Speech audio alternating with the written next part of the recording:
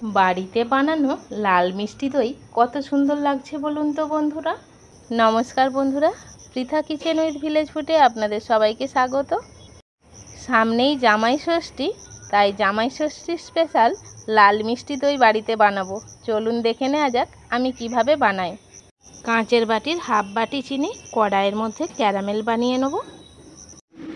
মিষ্টি লাল দই বানানোর জন্য ক্যারামেল বানাবো। শুকনো চিনিটাকে হালকা আঁচে সুন্দর করে গলিয়ে নেব।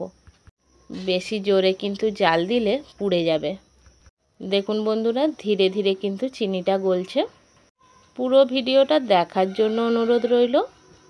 চ্যানেলে নতুন হলে সাবস্ক্রাইব করে অবশ্যই পাশে থাকবেন। ক্যারামেলটা রেডি হয়ে গেছে। সামান্য জল মিশিয়ে দিয়ে একটু পাতলা করে নেব, যাতে দুধটা ক্যারামেলের মধ্যে সহজেই মিশে যায়। খুন্তি দিয়ে জল আর ক্যারামেলটা ভালো করে মিশিয়ে নিলাম। 500 গ্রাম গরুর দুধ নিয়েছি। ক্যারামেলের মধ্যে দুধটাকে ঢেলে দিচ্ছি। দুধটা ঢেলে দেওয়ার সাথে সাথে কিন্তু খুন্তি দিয়ে ভালো করে নাড়াতে হবে, যাতে ক্যারামেলটা দুধের সাথে মিশে যায়। কিছুক্ষণের মধ্যে দুধের সাথে ক্যারামেলটা কত সুন্দরভাবে মিশে গেছে, আর দুধের কালারটাও কত সুন্দর হয়েছে।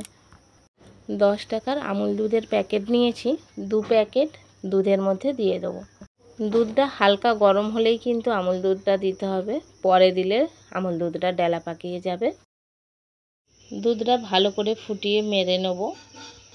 দেখুন বন্ধুরা, দুধটা কিন্তু অনেক ফুটে গেছে। সামনেই বন্ধুরা জামাই ষষ্ঠী। নতুন কিংবা পুরনো জামাইদের জন্য এরকম একটা সুন্দর দই বাড়িতে বসাতে পারবেন। বাড়িতে বসানো দইয়ের স্বাদ কিন্তু অসাধারণই হয়। তো দুধটা অনেকটা ঘনত্বের হয়ে গেছে। এই অবস্থায় 4টে এলাচকে ভালো করে ঠুকে নিয়ে গুঁড়োটা দিয়ে দিলাম। দুধটা একটু ঘন করলে দইটা কিন্তু সুন্দরভাবে বসে। এই অবস্থায় দুধটাকে নামিয়ে নিয়েছি।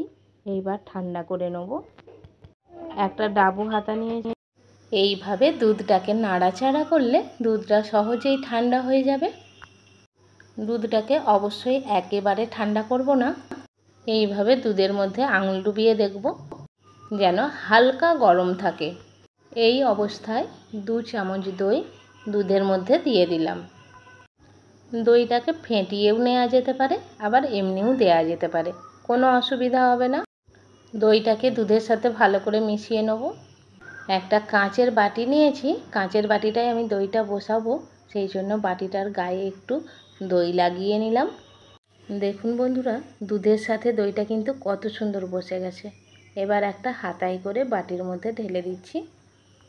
যদি এই সুন্দর দইটার রেসিপি আপনাদের ভালো লেগে থাকে, অবশ্যই লাইক করবেন, প্রচুর শেয়ার করবেন, যাতে সমস্ত বন্ধুর মাঝে আমার এই রেসিপিটা পৌঁছাতে পারে।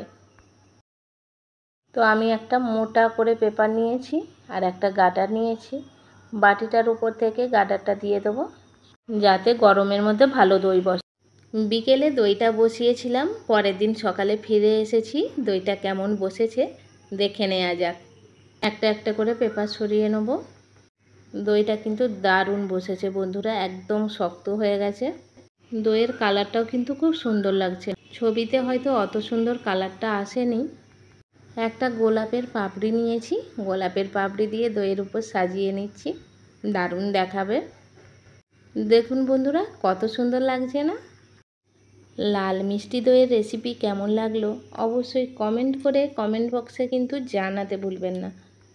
এই দইটা ছোট থেকে বড় সবাইয়ের ভীষণ ভালো লাগবে। দেখুন বন্ধুরা, দইটা কেমন বসেছে। আপনাদেরকে আমি একটা চামচ দিয়ে দইটা কেটে দেখাবো। দইটা দারুণ শক্ত হয়ে বসেছে, দেখলেই বুঝতে পারবেন। এবার ভেতরের কালারটাও কিন্তু সুন্দর বোঝা যাচ্ছে। খুব শক্ত সুন্দর দই বসেছে। তো এইভাবেই বন্ধুরা বাড়িতে সুন্দর করে দইটা বসিয়ে নিতে পারবেন। যে কারুর দইটা দেখলেই খেতে ইচ্ছে করবে কিন্তু। দইটা এবার আমি টেস্ট করে দেখব কেমন হয়েছে, আপনাদেরকে জানাবো। জামাই ষষ্ঠীর দিনে এই দইটা তো অবশ্যই আমি বানাবো। দারুণ হয়েছে বন্ধুরা। একটু ফ্রিজে রাখলে কিন্তু দইটা দারুণ খেতে লাগবে।